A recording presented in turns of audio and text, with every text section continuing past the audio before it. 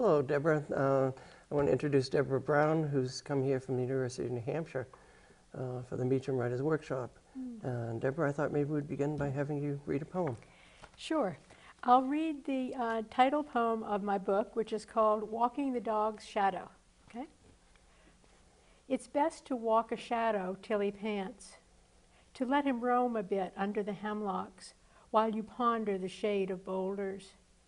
It's best to let grief enter you like this, alone with your own black dog, a drag on anyone's leash, along the logging road to the lake, past loggers' landings and a clear cut, across the brook's collapsing plank bridge, past the neighbor's garden shrouded in plastic, past no trespassing signs, a dried up vernal pool, crisscrossed by trunks of grieving oaks.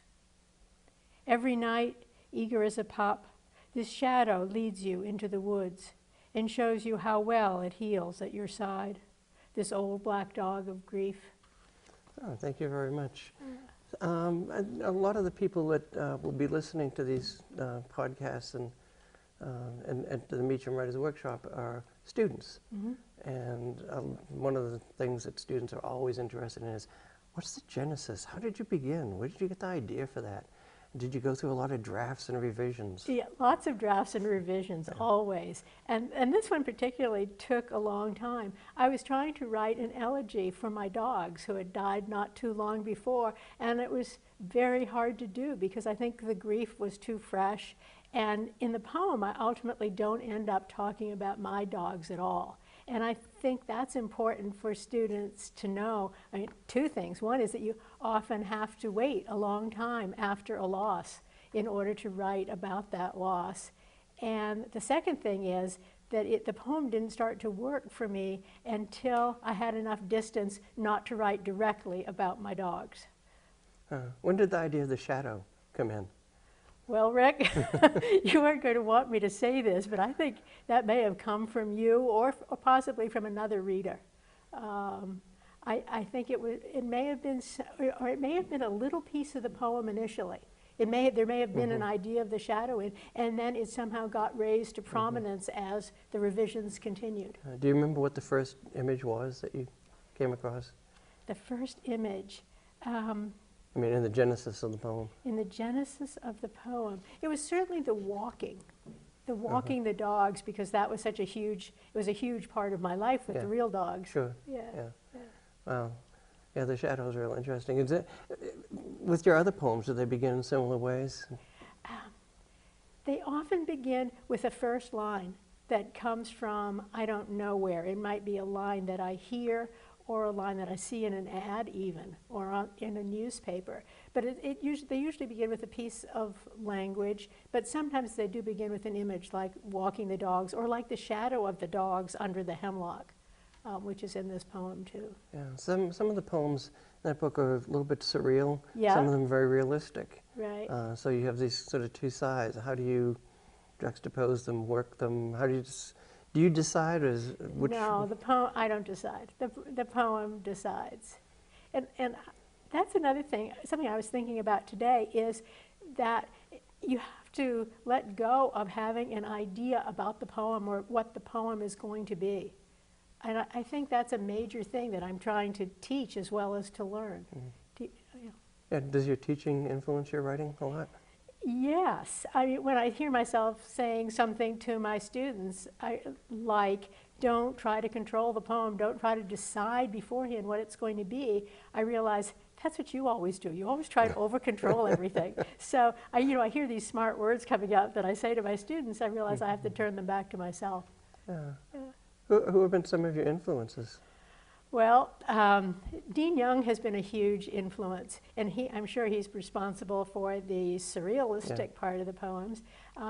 My friend and the poet I very much admire, Maxine Kumin, may be responsible for the more realistic voice in the poems. Yeah. So those are two people, and I would have to say your poems too have been a huge influence. So there are a lot of contemporary writers. Yeah. How about people that are other than poets? People other than poets. I remember when I was starting to write, I actually read much more prose, as particularly short story writers, Yeah. and actually Southern short story writers, Really? like Peter Taylor and people like that, because the language was so incredibly rich, and richer than a lot of the poems that I was reading here Well, at that time. that's true. And I do read a lot of fiction, and I teach a lot of short stories. So it may come into, and I teach Faulkner. Speaking of Southern writers, I teach a lot of Faulkner, and I love Faulkner. Even though I sometimes feel I shouldn't, I really do love him. But I'm not sure what. Why shouldn't you? Why shouldn't I? Well, that's kind of long and complicated, mainly because my students don't love it when I teach Faulkner. That's part of it. Huh. Yeah, they have a really hard time with the length of the sentences and the density of the images. But I think it's that very density that I love and that may have somehow seeped into my consciousness. Have you taught Henry James? Yeah, I have taught Henry They have the James same problem? as well. Possibly. Oh, as far as the students go, absolutely. Yeah, we have trouble even getting through Daisy Miller, which is early James, and I don't try much. And I used to try The Beast in the Jungle, which is late James, but I don't do love that anymore. Yeah, I love that story. But The Figure on the Carpet. That one too. Yeah. What I love is those long sentences that are sort of qualifying and sort of serpentine, and so you get a sense of how the mind works. Absolutely. And which brings me back to your work again, Okay. because I really think you do get a sense and when I teach, I really want the students to be more interested in seeing how the structure of the mind, how the structure of feeling and thinking that goes on, rather than some bottom line.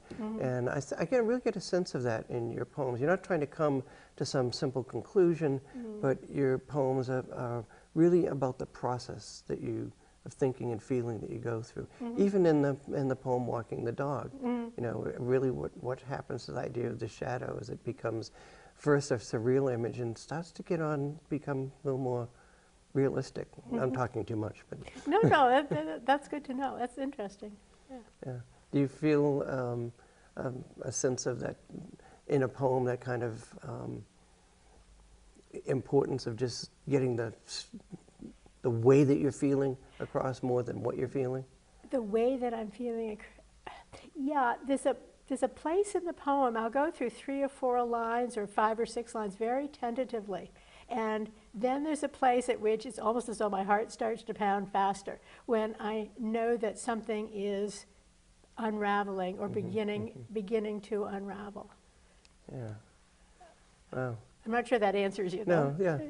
And we were talking about influences a few minutes ago, and I was thinking, in terms of walking the dog and everything, and how much the landscape around your house, the geography affects the poems. Yeah, that's a good question too, and not as much as I would wish. It's often a starting point. I start in the woods, or I'll start with a stone wall, but then I seem to go off in another direction, and I think that may be part of the non-realistic part of the poem.